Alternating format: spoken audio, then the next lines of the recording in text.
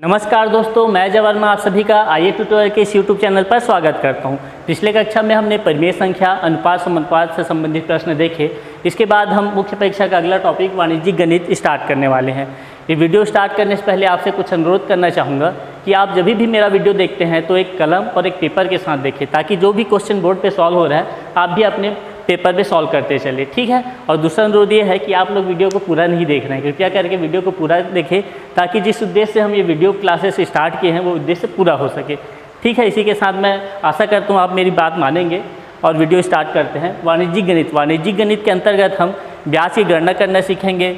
हमारे बचत खाते में ब्याज की गणना कैसे होती है, सावधि जमा खाता अर्थात फिक्स डिपॉजिट अकाउंट में अपन ब्याज की गणना कैसे करते हैं, आवर्ती जमा खाते में हम ब्याज की गणना कैसे करते हैं, इसके देखेंगे। इसके साथ साथ हम इनकम टैक्स पटाते हैं तो आयकर की गणना कैसे की जाती है उसको भी अपन नेक्स्ट पार्ट में देखेंगे, ठीक। इस पार्ट में हम ब्याज की गणना करना ही सीखेंगे, ठीक।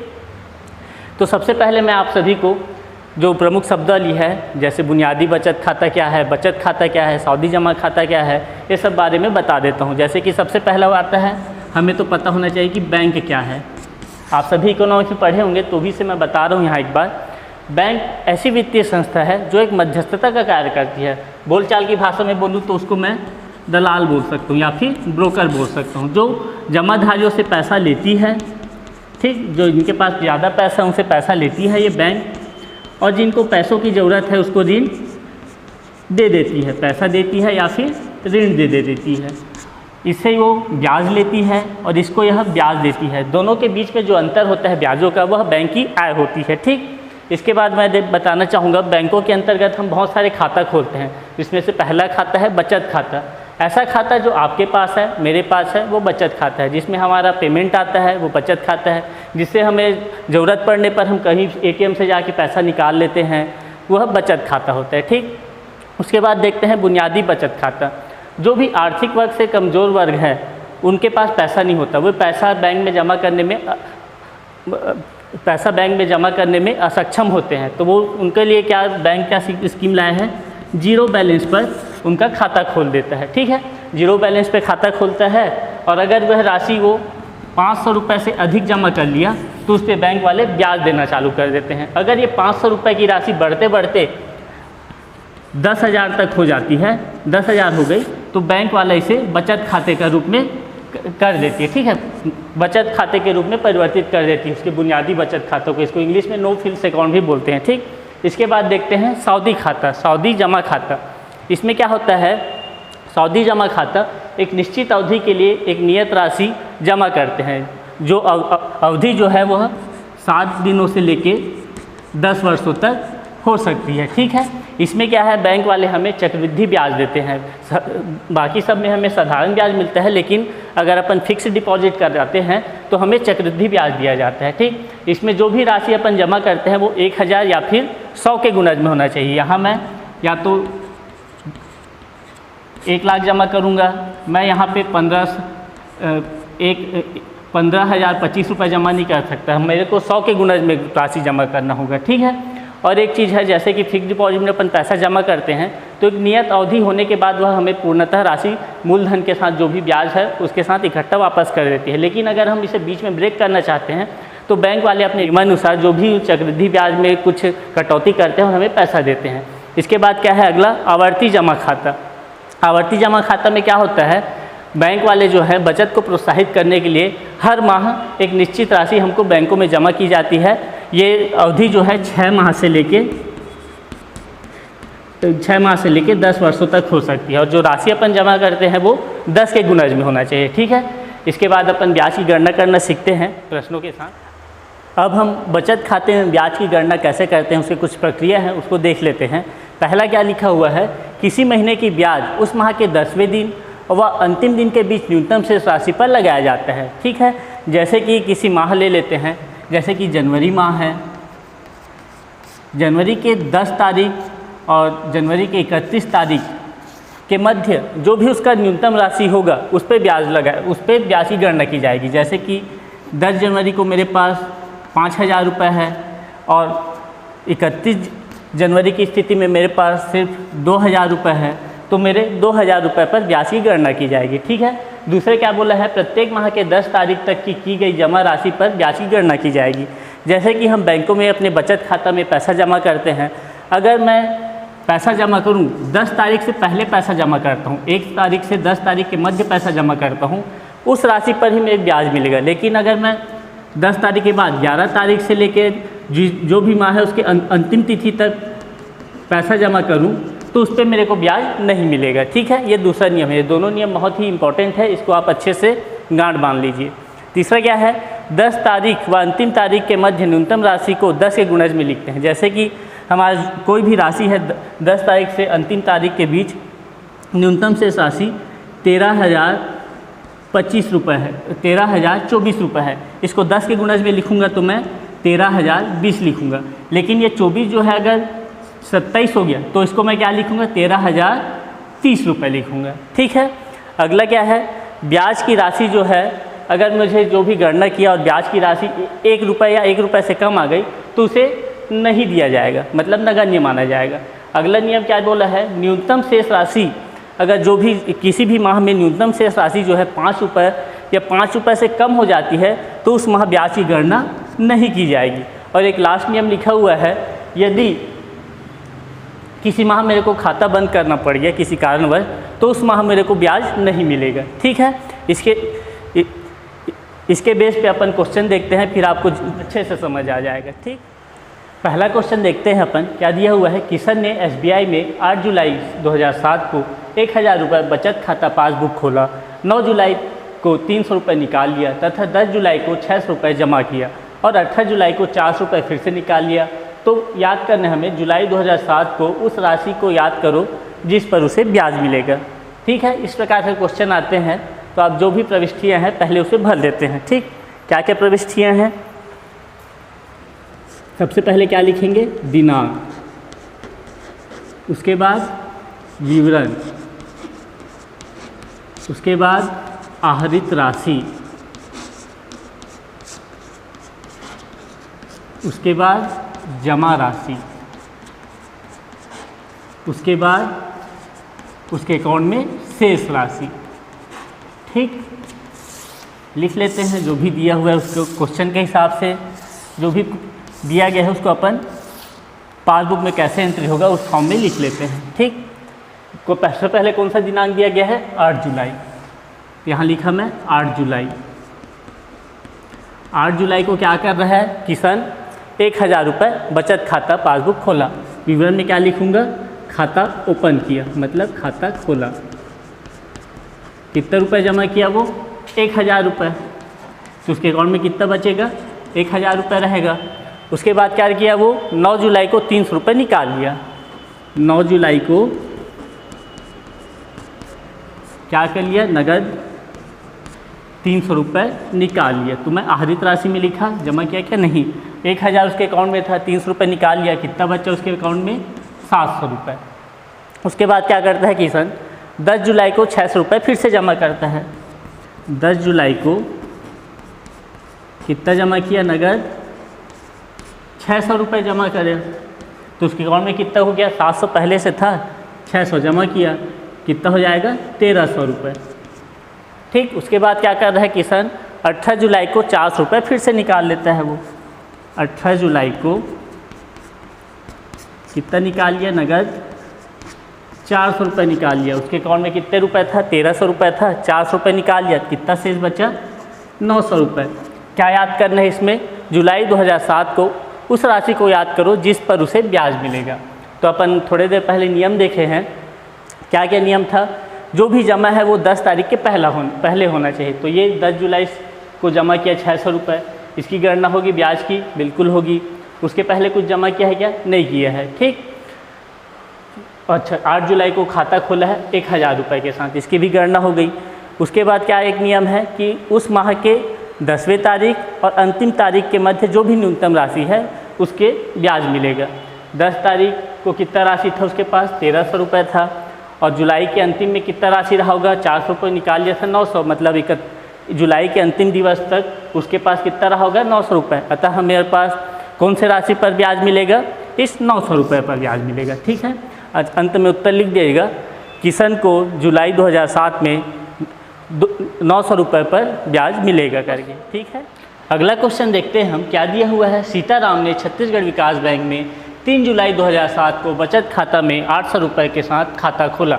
18 जुलाई 2007 को 200 रुपये जमा किया। चेक के द्वारा वह 2 अगस्त को 2007 को 300 रुपये निकाल लिया। उसके बाद वह 2 सितंबर को 400 रुपये जमा करता है। उसके बाद 3 अक्टूबर को वह 300 रुपये फिर आहरित कर लिया। उक्त विवरण के आधार पर अपने को समस्त प्रविष्टियाँ लिखना है और 31 अक्टूबर 2007 की स्थिति में 5% की दर से उसके ब्याज की गणना करना है। इस क्वेश्चन में दो पार्ट में सॉल्व करना पड़ेगा। पहले पार्ट में अपन उसके समस्त पासबुक की प्रविष्टियाँ लिखेंगे और सेकेंड पार्ट में अपन उसकी ब्याज की गणना करते हैं। तो सबसे पहले अपन प्रविष्टियाँ लिख लेते हैं।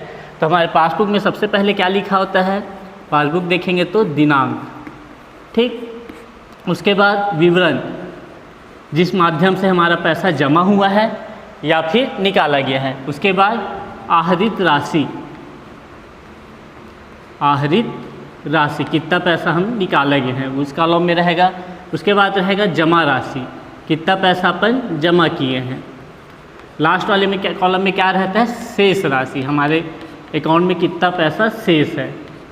तो प्रविष्टियाँ भरते हैं अपन।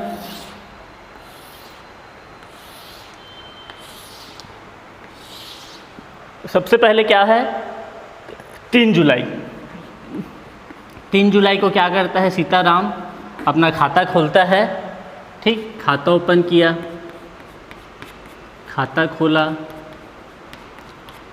कितना रुपए जमा करता है वो अपने अकाउंट में, 800 रुपये के साथ खाता खोला। उसके बैंक अकाउंट में कितना पैसा बचेगा, 800 रुपये। उसके बाद क्या करता है सीताराम, 18 जुलाई 2007 को 200 रुपये फिर जमा करता है। 18 जुलाई को सीताराम फिर जमा करता है नगद के रूप में, कितना रुपए जमा करता है, 200 रुपये। उसके अकाउंट में कितना पैसा शेष रहेगा, 800 और 200 1000 रुपये। उसके बाद क्या करेगा सीताराम, चेक के द्वारा 2 अगस्त को 300 रुपये निकाल लेता है। 2 अगस्त को कितने रुपए निकाल लेता है वह, नगद चेक के द्वारा निकालता है ना, चेक के द्वारा 200 रुपये 300 रुपये निकाल लेता है। अब उसके अकाउंट में कितना राशि बचेगा, 1000 था, 300 रुपये निकाल लिया तो कितना बचा, 700 रुपये। उसके बाद क्या किया सीताराम, 2 सितंबर को 400 रुपये फिर जमा करता है वह। तो इधर लिख दिएगा 2 सितंबर कितना रुपये जमा किया वह, 400 रुपये। अब उसके अकाउंट में कितना पैसा हो जाएगा, 700 पहले से था और 400 रुपये और, तो फिर हो जाएगा ये 1100 रुपये। उसके बाद क्या करता है सीताराम, 3 अक्टूबर को 300 रुपये फिर निकाल लेता है। कब, 3 अक्टूबर को, 3 अक्टूबर को कितना निकाल लेता है, नगद के रूप में 300 रुपये। अब उसके अकाउंट में कितने रुपए बचेंगे, 1100 रुपये थे, 300 रुपये निकाल लिए, उसके अकाउंट में कितना बचा, 800 रुपये, ठीक। ये उसके समस्त प्रविष्टियाँ हो गई। अब सेकेंड पार्ट में क्या पूछा है, 31 अक्टूबर 2007 की स्थिति में 5% की दर से उसे कितना ब्याज मिलेगा। तो अपन दूसरा लिख लेते हैं, इसमें ब्याज की गणना करना, ब्याज की गणना कर लेते हैं। इसके लिए फिर में एक कॉलम बनाना पड़ेगा जिसमें अपन उसके ब्याज योग्य राशि को निकालेंगे। सबसे पहले माह का कॉलम रहेगा, उसके बाद 10वें दिन, माह के 10वें दिन व अंतिम दिन के मध्य न्यूनतम राशि, किसके अकाउंट में, सीताराम के अकाउंट में, ठीक। उसके बाद वाले कॉलम में रहेगा, जो भी रहेगा ब्याज वाला राशि उसको 10 के गुणज में लिखते हैं। 10 के गुणज में ब्याज योग्य राशि, इस कॉलम को बना लेते हैं। सबसे पहले कौन सा माह को देखेंगे अपन, जुलाई माह को। जुलाई माह में क्या करता है देख लेते हैं। सीताराम जो है 3 जुलाई को खाता खोलता है, कितने रुपए के साथ, 800 रुपये के साथ। उसके बाद 18 जुलाई को जमा करता है 200 रुपये। लेकिन जब हम रूल पढ़े थे बचत खाता में ब्याज की गणना कैसे करते हैं, उसमें बहुत ही इंपॉर्टेंट 2 नियम है। पहला नियम क्या बोलता है कि जितना भी जमा है वह 10 तारीख के पहले होना चाहिए, तभी उसमें अपने को ब्याज मिलेगा। लेकिन यहाँ तो 18 जुलाई को जमा किया तो इस राशि पे ब्याज मिलेगा क्या, नहीं मिलेगा। और क्या नियम है, एक नियम और है, उसमें बोला गया है कि माह के 10वें दिन और अंतिम दिन के बीच में जो भी न्यूनतम राशि रहेगा उस पर ब्याज मिलेगा। ठीक, तो उसी नियम को फॉलो करते हैं और देखते हैं यहाँ 18 जुलाई वाला राशि का गणना करेंगे कि नहीं करेंगे।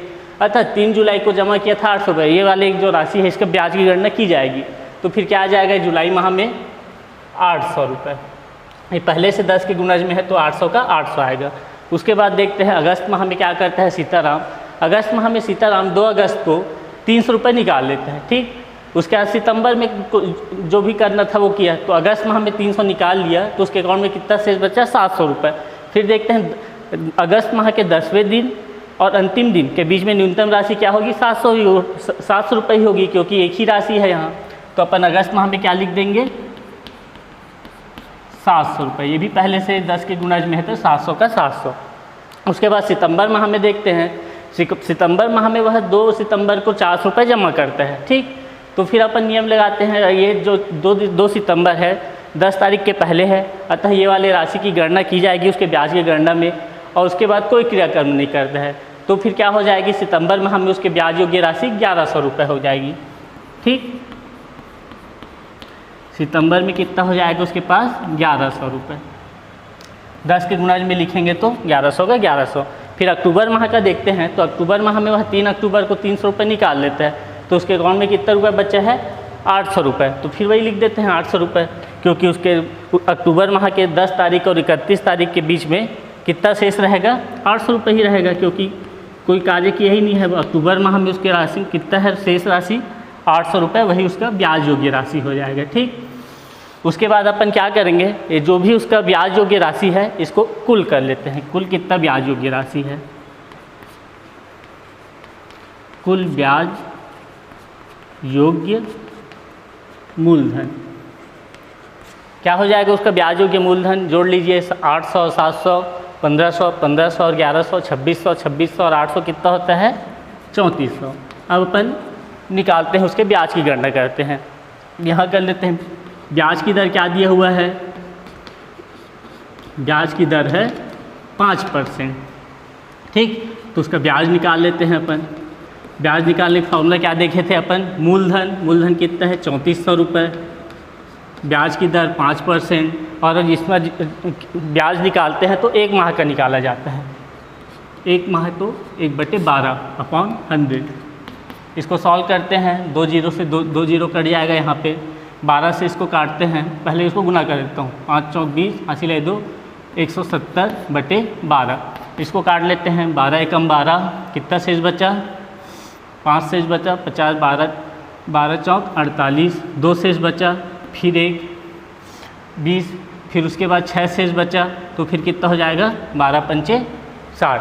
ठीक, अतः उसका सीताराम को जुलाई से अक्टूबर के मध्य कितना रुपए मिलेगा ब्याज के रूप में 14.15 रुपये। अगर इसमें क्वेश्चन पूछता कि उसे सीताराम को अगर 31 अक्टूबर को जो भी प्राप्त राशि है वो कितनी होगी, तो प्राप्त राशि निकालने के लिए मैं क्या करता, इसमें नहीं पूछा है, तो कुल प्राप्त राशि क्या हो जाएगा, अक्टूबर माह के लास्ट में उसके पास कितना पैसा शेष था 800 रुपये शेष था, उसको ब्याज कितना मिल रहा है 14.15 रुपये, तो फिर ये क्या हो जाता 814.15 रुपये उसे कुल राशि प्राप्त होती। ठीक है, अगला क्वेश्चन देखते हैं क्या दिया हुआ है। मनोज के पासबुक का विवरण नीचे दिया गया है, उसके बाद क्या निकालना है अपने, जुलाई 2006 में फरवरी तक के ब्याज की गणना करें यदि ब्याज की दर क्या है 5% दिया हुआ है। क्या क्या किया है मनोज देख लेते हैं। 7 जुलाई 2006 को उसके पास 2500 रुपये था उसके अकाउंट में। 13 जुलाई को वह चेक के द्वारा 700 रुपये निकाल लेता है। 15 अगस्त को वह 1200 रुपये फिर जमा करता है। 22 अगस्त को वह फिर 1300 रुपये जमा करता है। 12 नवंबर को वह फिर 1200 रुपये जमा करता है। 15 दिसंबर को वह 2100 रुपये निकाल लेता है चेक के माध्यम से, एवं 13 जनवरी 2007 को वह चेक के द्वारा 1200 फिर जमा करता है, और 5 फरवरी को वह नगद 1100 रुपये जमा करता है। इसके बाद अपने को जुलाई 2006 से, मतलब जो भी जुलाई से फरवरी तक का जो भी उसका ब्याज योग्य राशि उसमें ब्याज की गणना करते हैं। तो चलो करते हैं, क्या करना है अपने को, ब्याज की गणना। ब्याज की गणना 3 कॉलम बना लेते हैं। पहले कॉलम में क्या लिखेंगे, माह। दूसरे कॉलम में क्या रहेगा, 10वें दिन, माह के 10वें दिन व अंतिम दिन के मध्य न्यूनतम राशि। लास्ट वाले कॉलम में क्या लिखेंगे? 10 के गुणज में ब्याज योग्य राशि। 10 के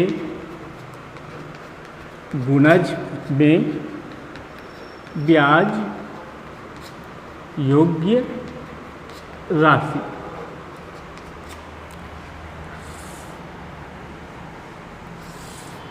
देखते हैं सबसे पहले कौन सा माह देखेंगे? जुलाई माह।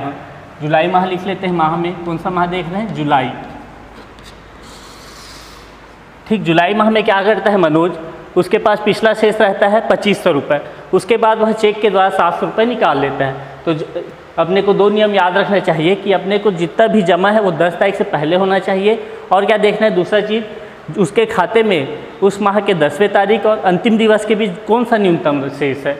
तो कौन सा न्यूनतम शेष है? उसके पास 10 तारीख में कितना रुपया रहा होगा? मनोज के पास 10 जुलाई को 2500 रुपये, लेकिन वो 13 तारीख को आहरित कर लेता है 700 रुपये, तो उसके पास कितना बचा? 1800। अतः न्यूनतम राशि क्या हुई? 10 जुलाई से लेके जुलाई के अंतिम दिन तक 1800 रुपये। तो जुलाई माह ब्याज योग्य राशि क्या होगा? 1800 रुपये उसका न्यूनतम राशि होगा। और 10 के गुणज में ब्याज योग्य राशि क्या हो जाएगा? 1800 रुपये। उसी प्रकार अगस्त माह देखें। अगस्त माह में क्या होता है मनोज के साथ? अगस्त लिख लेते हैं हम। अगस्त माह में क्या करता है मनोज? 15 अगस्त को वह चेक के द्वारा 1200 रुपये जमा करता है और 22 अगस्त को वह नगद 1300 रुपये जमा करता है। चूँकि ये तारीख जो है 10 तारीख से ऊपर का तारीख है, ये 10 तारीख से ऊपर 15 है और ये 22 है, तो जो भी जमा किया है उसका गणना होगा क्या? ब्याज योग्य राशि में नहीं होगा। अतः अपन इसका कौन सा राशि देखेंगे? जो 10 अगस्त में रहा होगा। 10 अगस्त में उसके पास कितना राशि रहा होगा? 1800 रुपये। तो 10 अगस्त और अगस्त माह के अंतिम दिवस के बीच में न्यूनतम शेष राशि क्या होगी? 1800 रुपये। 10 के गुणज में पहले से है तो 1800 का 1800। अगस्त माह के बाद कौन सा आता है? सितंबर माह। सितंबर माह में क्या करता है? सितंबर माह में वह कोई क्रियाविधि नहीं करता है, तो फिर उसके पास शेष राशि क्या रहा होगा? सितंबर माह के 10 तारीख को, सितंबर माह के 10 तारीख के उसके पास रहा होगा 4300 और सितंबर माह के अंतिम दिवस भी उसके पास कौन सा राशि रहा होगा? 4300 का ही। अतः 4300 रुपये उसका न्यूनतम शेष होगा। 10 के गुणज में लिखेंगे तो 4300 का 4300। अक्टूबर माह देखते हैं।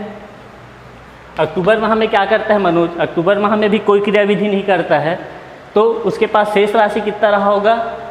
सितंबर माह में कितना था? 4300 रुपये। अक्टूबर माह में भी क्या रहेगा? तो फिर 4300। ना जमा करता है ना निकालता है, तो फिर 10 के गुणज में 4300 का 4300। उसके बाद कौन सा माह आता है? नवंबर। नवंबर में क्या करता है मनोज? नवंबर में वह 12 तारीख को नगद 1200 रुपये जमा करता है। 12 तारीख जो है 10 तारीख से ऊपर हो गया, 10 के बाद 11, 12 2 दिन बाद जमा किया वो पैसा, अगर यही पैसा वह 10 तारीख या उससे पहले जमा करता है तो 1200 रुपये की भी उस माह के ब्याज योग्य राशि में गणना किया जाता है। लेकिन यह 10 तारीख के बाद जमा कर रहा है, इसलिए उसका गणना नहीं करेंगे। तो उसके बाद फिर से कितना हो जाएगा? 4300 रुपये। 10 के गुणज में लिखूंगा 4300 का 4300। ठीक, उसके बाद कौन सा माह है? दिसंबर माह। दिसंबर माह में क्या करता है मनोज? 13 तारीख को चेक के माध्यम से फिर कितना जमा कर लेता है? दिसंबर माह में मनोज क्या करता है? चेक के द्वारा 2100 रुपये निकाल लेता है। उसके खाते में पहले 5500 था, चेक के द्वारा 2100 निकाल लिया, कितना शेष बचा है? 3400 रुपये। फिर अपन नियम देखते हैं, माह के 10वें तारीख और अंतिम तिथि के मध्य कितना न्यूनतम राशि था उसके पास? 10 तारीख की दशा में उसके पास 5500 था, लेकिन 15 दिसंबर को निकाल लिया, 3400 हो गया। तो न्यूनतम राशि क्या होगी? 3400 रुपये। 10 के गुणज में लिखूंगा इसको तो मैं 3400 का 3400 रुपये। उसके बाद देखते हैं जनवरी माह में क्या करता है नेक्स्ट ईयर वह। जनवरी माह में मनोज क्या करता है? 1200 रुपये जमा करता है। कौन से जनवरी को? 13 जनवरी की। 13 जनवरी फिर कितना लेट हो गया, वह 10 तारीख के ऊपर हो गया, तो इसकी गणना करेंगे क्या? नहीं करेंगे। ठीक, तो 1200 रुपये वह जमा करते उसकी गणना नहीं करेंगे, तो उसके पास 10 जनवरी की स्थिति में कितना पैसा रहा होगा? 3400 रुपये। तो जनवरी माह में कितना रहा? 3400 रुपये। 10 की यूनिट में लिखूंगा तो 3400 का 3400। उसके बाद फरवरी माह में क्या करता है मनोज? फरवरी माह में मनोज क्या करता है? नगद 1100 रुपये जमा करता है। कौन से तारीख को जमा करता है? 5 तारीख को। यहाँ 5 तारीख क्या है? 10 तारीख से पहले आया है, अतः अपन क्या करेंगे? ये वाले राशि की गणना करेंगे। उसके बाद कितना शेष रहेगा? 10 फरवरी की स्थिति में 5700। उसके बाद ना निकाला है ना जमा किया है, तो अंतिम तिथि में भी 5700 रहेगा। तो फरवरी में कितने रुपये रहेगा उसके पास? 5700 रुपये। इसके बाद अपन क्या करेंगे? कुल उसके ब्याज योग्य राशि को ऐड कर लेते हैं। कुल ब्याज योग्य राशि क्या होता है, जोड़ लेते हैं इसको। 1800 3600 हो गया, ये दोनों मिला के 3600, ये 8600 हो गया, 43 और ऐड, इसके बाद ये वाले जोड़ लेते हैं अपन, ये दोनों हो गया अपना, इसको जोड़ लेते हैं ऊपर के दोनों को, 6 6 12, हासिल आए 8 9 10 11 12, 12,200। नीचे का जोड़ लेते हैं, 4 3 7 7 4 11, 11 7 18 का 8, हासिल आए 1 4 4 8 8 9 10 11, 11 और 5, 11 5 कितना होता है 16,800। ये दोनों को ऐड कर लेते हैं, कितना हो जाएगा 200 200 29,000। ठीक, उसके बाद कुल ब्याज योग्य राशि कितनी हो जाएगी, 29,000 हो जाएगी। अब अपने क्या करना है, उसके ब्याज की गणना करना है। कैसे करेंगे ब्याज की गणना, यहाँ जगह नहीं है करके मैं डायरेक्ट लिख रहा हूँ। उसके बाद मूलधन कितना है 29,000 रुपये। ठीक, ब्याज की दर कितनी है 5%। कितने माह का निकालता है, ऐसे निकालते हैं तो 1 माह के लिए अपॉन 100। ठीक, 00 कट जाएगा, क्या हो जाएगा 9 पंचे 45 का 5, हासिल आई 4, 5 2 10, 1 1450/12।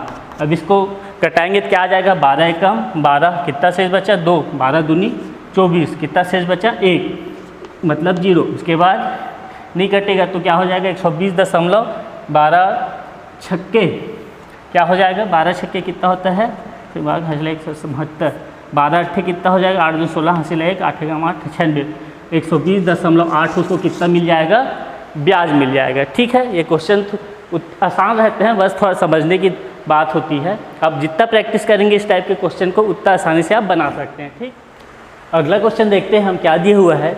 CVL नायक के SBI के बरमकेला शाखा में बचत खाता पासबुक में निम्न प्रविष्टियाँ दी गई है। क्या क्या दिया हुआ है देख लेते हैं। 2 दिसंबर को वह नगद 5,000 रुपये जमा करता है। 11 दिसंबर को वह चेक के माध्यम से 25 रुपये निकाल लेता है। 16 दिसंबर को वह 3,000 रुपये फिर से जमा करता है। 2 जनवरी को वह उसका वेतन 8500 रुपये आता है। 4 जनवरी को वह 3,000 रुपये निकाल लेता है। 10 जनवरी को 1200 रुपये जमा करता है। 2 फरवरी को वह 8500 रुपये उसका फिर से वेतन आता है। 5 फरवरी को वह स्वयं 12,000 रुपये निकाल लेता है एवं 15 मार्च को उसका वेतन 8500 रुपये आता है। ठीक, उसके बाद क्या दिया गया है, इनका स्थानांतरण 31 मार्च को हो जाने के कारण वो अपना खाता बंद कर देते हैं। यदि ब्याज की दर 5% हो तो अंतिम तिथि में बैंक द्वारा उसे कितना राशि प्रदान की जाएगी, इसकी गणना करते हैं। तो चलिए करते हैं। सबसे पहले अपन ब्याज योग्य राशि निकाल लेते हैं। क्या करें अपन, ब्याज की गणना। पहले के कॉलम में लिखेंगे अपन माह, उसके बाद लिखते हैं 10वें दिन व अंतिम दिन के मध्य न्यूनतम राशि।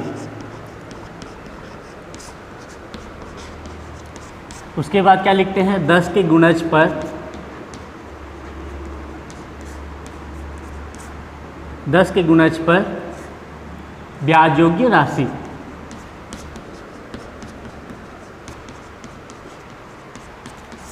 क्या क्या दिया हुआ है उसको उसी को लिखना है। आप पहले भी इस प्रकार के क्वेश्चन बना चुके हैं। क्या क्या है, पहले अपन कौन से माह का लिखेंगे, दिसंबर माह का दिया हुआ है तो दिसंबर में क्या करते हैं CVL नायक जी 2 दिसंबर को 5,000 रुपये जमा करते हैं। 11 दिसंबर को 25 रुपये निकाल लेते हैं। उसके बाद 16 दिसंबर को 3,000 रुपये फिर जमा करते हैं। इस प्रकार के जब भी क्वेश्चन बनाते हैं 2 नियम हमें याद होना चाहिए। कौन कौन सा नियम, पहला तो ये कि जो भी जमा है वो 10 तारीख के पहले होना चाहिए, तभी उस पर ब्याज की गणना की जाएगी। अगर 10 तारीख के बाद जमा होगा तो ब्याज की गणना नहीं की जाएगी। दूसरा, किसी भी माह के 10 तारीख व अंतिम तिथि के मध्य जो भी न्यूनतम राशि है उसी पर ब्याज मिलेगा। तो यहाँ देखिए दिसंबर माह में 16 दिसंबर को जमा किया है तो इसकी ब्याज की गणना करेंगे क्या, नहीं करेंगे। उसके पहले उसके पास 2 दिसंबर को जमा किया था, जो 10 तारीख से पहले किया था, तो इसकी ब्याज की गणना होगी। उसके बाद 11 तारीख को 25 रुपये निकाल लिया तो उसके पास न्यूनतम राशि कितनी होगी उस माह, 2500 रुपये होगी, क्योंकि ये वाली की गणना नहीं कर रहे हैं अपन, 3,000 जो जमा किया है। तो न्यूनतम राशि क्या लिखेंगे, 2500 रुपये। 10 के गुणज में लिखूँ तो 2500 का 2500।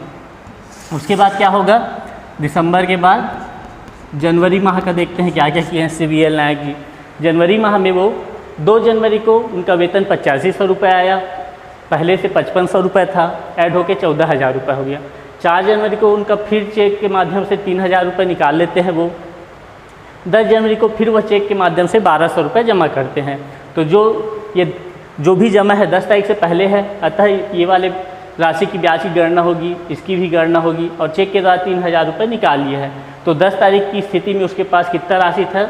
12,200 रुपये। तो जनवरी माह में क्या लिखेंगे? उनकी न्यूनतम राशि 12,200। 10 की गुणज में लिखूँ तो 12,200 का 12,200। उसके बाद जनवरी माह के बाद फरवरी माह का देखते हैं। फरवरी माह में क्या किया गया है? सिविल न्याय जी के द्वारा 2 फरवरी को वेतन के द्वारा 8500 रुपये वो जमा करते हैं। उसके बाद 5 फरवरी को वह स्वयं 12,000 निकाल लेते हैं। जो जमा है वो 10 तारीख से पहले है, तो इसकी ब्याज की गणना होगी। और उसके बाद देखते हैं कि फरवरी माह के 10 तारीख को उसके पास कितना पैसा था? 8,700 रुपये, ठीक। और अंतिम तिथि में उसके बाद कुछ क्रिया नहीं हुआ है, तो क्या रहेगा? वो 8,700 का 8,700 ही रहेगा, और न्यूनतम राशि वही हो जाएगी। 10 की गुणज में लिखूँगा तो 8,700। उसके बाद कौन से माह का देखेंगे? इसके बाद आप लोग का दिमाग में क्लिक करना चाहिए कि जब हम नियम पढ़े थे तो उसमें बताया गया था कि जिस माह खाते को बंद किया जाता है उस माह के जो भी राशि बचा हो उसमें ब्याज की गणना नहीं की जाती है। तो यहाँ लिखा हुआ है कि 31 मार्च को वह उनका स्थानांतरण हो जाने के कारण उनका खाता बंद करवाना पड़ता है। तो मार्च माह में जो भी राशि उनके पास शेष रहा होगा उसमें अपन ब्याज की गणना नहीं करेंगे, ठीक। अब क्या लिखेंगे यहाँ पे? जो भी राशि है उनका ब्याज होगी उसको ऐड कर लेते हैं। कुल ब्याज योग्य राशि क्या हो जाएगा? कुल ब्याज योग्य राशि ऐड कर लेते हैं। 0 0 0 क्या हो गया? 0 0 0 0 हो गया 0। उसके बाद 5 2 5 2 7 7 7 14 का 4 हासिला 1 2 1 3 3 2 5 5 और 8 13 का 3 हासिला 1 1 और 1 2 23,400 रुपये उसके ब्याज योग्य राशि होगी, ठीक। अब इसमें अपन ब्याज निकाल लेते हैं, कितना ब्याज मिलेगा उससे। मूलधन कितना है? 23,400 रुपये। ब्याज की दर कितना दिया हुआ है? 5%। एक माह का निकालते हैं तो 1/12/100। 00 से 00 कट जाएगा, इसको मल्टीप्लाई करता हूँ, उसके बाद सिंप्लीफाई करूँगा। 5 4 20 हासिला 2 5 या 15 15 2 7 हासिला 1 5 10 10 और 1 11,170/12। अब इसको मैं भाग दूंगा तो क्या होगा? 12 नहीं कितना होता है? 108, ठीक। 117 में से 108 गया, कितना बचा? 9। अभी 90। उसके बाद 12 सत्ते कितना होता है? 84। कितना बचा? 6। 6 के बाद अपन दशमलव लगा दिए तो 0 ऐड करेंगे तो 12 पंचे 60। उसे कितना राशि प्राप्त होगा? 97.5 रुपये उसकी ब्याज की राशि हो गई। उसके बाद क्या बोला है? उस तिथि को बैंक द्वारा उसे कितना राशि देय होगा। इसके बाद अपन देय राशि निकाल लेते हैं। बैंक को खाता बंद किया है तो उसके अकाउंट को क्लोज करेंगे, तो जो ब्याज है और जो पहले से राशि बचे हुए है कुल कितना देगा बैंक वाला? 15 मार्च की स्थिति में उसके पास कितना पैसा जमा हुआ है? 17,200 रुपये, ठीक। 17,200 रुपये। उसे ब्याज कितना मिला? 97.5। तो फिर उसका देय राशि कितना हो जाएगा? 17,297.5 रुपये, ठीक। अतः आप एक उत्तर टाइप से लिख दीजिएगा, उसकी ब्याज की राशि कितनी होगी? उसे ब्याज 97.5 रुपये मिलेगा और बैंक द्वारा उसे 17,297.50 रुपये दिया जाएगा, ठीक है।